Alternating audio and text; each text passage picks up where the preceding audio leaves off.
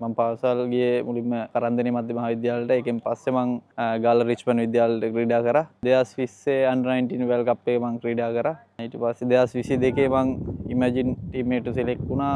දැන් අද 2026 මට ඒ ටීම් ක්‍රීඩා කරන්න ඇත්තටම ගත්තොත් අන්තිම අවුරුදු දෙකේ මම ඩොමෙස්ටික් එකේ අපේ ප්‍රීමියර් තරඟාවලියේ බෙස්ට් බෝලර් වුණා අවුරුදු දෙකක්. ඊට පස්සේ NSL one day එකේ මම වැඩිම විකට් ගත්තා. ඔය තුන තමයි අන්තිම කාලේ මම හොඳටම කරපු ටූර්නමන්ට් තුන. ඒකෙන් පස්සේ තමයි මට මේ අචීව්මන්ට් එකට එන්න ලැබුණේ. ස්තුතිවන්ත වෙනවා ශ්‍රී ලංකා ක්‍රිකට් ආයතනයට. මොකද කොළඹින් පිට ගොඩක් ඉස්කෝල වලට උදව් කරනවා. ඒ කියන්නේ මම ක්‍රීඩා කරපු මුල්ම කරන්දෙනි මධ්‍ය මහාවිද්‍යාලයට ක්‍රිකට් බඩු ආදිය ලබා දුන්නා.